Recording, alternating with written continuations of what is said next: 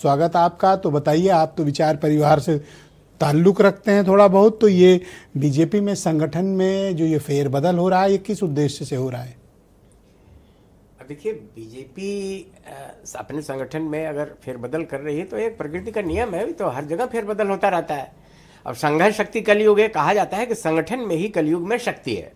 तो संगठन को दुरुस्त करना, उसको ठीक करना, और उसके लिए अगर आवश्यक हुआ तो उलटफेर होना चाहिए, और इसी दृष्टि से वो उलटफेर हो रहा है। राजनीति की डिमांड होगी। उसी प्रकार से जो आप कह रहे हैं, आप ही से पता चल रहा है कि मंत्रिमंडल में भी फेरबदल होगा। नहीं, मुझे तो आपसे पता चलता है। तो फेरबदल वाला जो मामला है, तो ये एक प्राकृतिक प्रक्रिया है, जिसको कहना चाहिए नैसर्गिक रूप से होता रहता है। अगर उसमें अगर फेरबदल की आवश्यकता है कहीं किसी क्षेत्र को, क्या आप चाहते हैं कि नए लोगों को स्थान संगठन में दिया जाए, मतलब नई जनरेशन? देखिए, ये तो परम आवश्यक है, और मेरा तो परम आवश्यक व्यक्तिगत विचार है कि 55 वर्ष से अधिक आयु के व्यक्तियों को मंत्रिमंडल में नहीं रखना चाहिए है? नहीं रखना चाहिए। क्या 55 वर्ष से अधिक आयु के लोगों को वहां रखने की आवश्यकता नहीं है, उनको संगठन में लाइए। मंत्री का काम यह है कि वह जनता के बीच में रहे। क्या आप और जनता के बीच में रह करके, 55 के ऊपर है तो मंत्री पद से हटा दो। अरे भाई, आप और कार्य करिए ना, आप संगठन में कार्य करिए।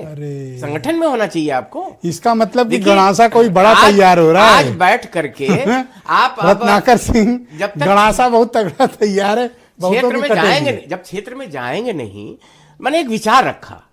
मैं कोई, आप ये चाहते हैं कि 55 साल की उम्र से अधिक, मेरा अपना व्यक्तिगत मत है कि 55 वर्ष से आयु तक के लोगों को ये जनता के बीच में बेहतर तालमेल बैठा सकते हैं, दौड़ सकते हैं, उनके काम करा सकते हैं, और वह समाज के समस्याओं को ला करके। मंत्री रहेंगे तब तो करेंगे ना सेवा। नहीं तो और भी सेवा के क्षेत्र है ना, बहुत सेवा के क्षेत्र। आप मंत्रियों के पीछे क्यों पड़े हो? सेवा के क्षेत्र बहुत हैं, और वहां संगठन और इसमें अदला बदली होती रहती है। ये कहना नहीं की बात मैं कर रहा हूं। मैं कर रहा हूं कि अगर आपको नया रखना है तो नए लोगों को रखिए। और संगठन में क्या, नए लोगों को रखिए। उम्र संगठन में क्या उम्र होनी चाहिए? नहीं, संगठन में भी वही बात है। संगठन में भी तो जो तो और कम होनी चाहिए। नौजवान वर्ग है, उसकी आवश्यकता है, क्योंकि दौड़ना है, काम करना है। अब वो कभी था, जब सतयुग था तो ज्ञान में शक्ति थी, आया त्रेता तो उसमें मंत्र में शक्ति आ गई, ये तो कलयुग। द्वापर आया तो युद्ध में शक्ति आ गई। अब ये कलयुग है। कलयुग में तो जितना दौड़ेंगे, जितना जनता से जुड़ेंगे, और जितना आप मतलब कोई अपनी जवानी जीवन सब दे दिया, जब 55 का हुआ तो आप उसको कान पकड़ के बाहर? कोई बाहर नहीं होगा, बाहर तो कोई होता ही नहीं। पूरा जीवन दे दिया राजनीति में, बाहर तो कोई होता ही नहीं। तो क्या आप ये कह रहे हो कि 40 साल की उम्र तक के लोग ही संगठन में रहें?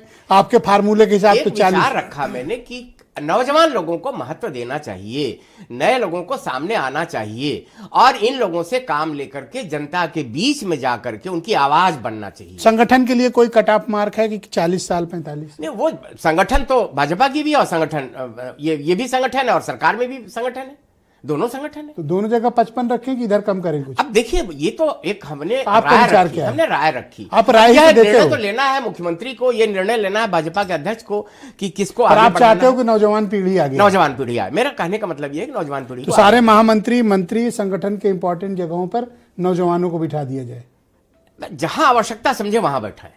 पर जवान ये उनका यंग लोगों को बिठा। मगर एक रूल तो बनाना पड़ेगा, एक नियम तो बनाना। 40 की 45 साल कितना कर दें?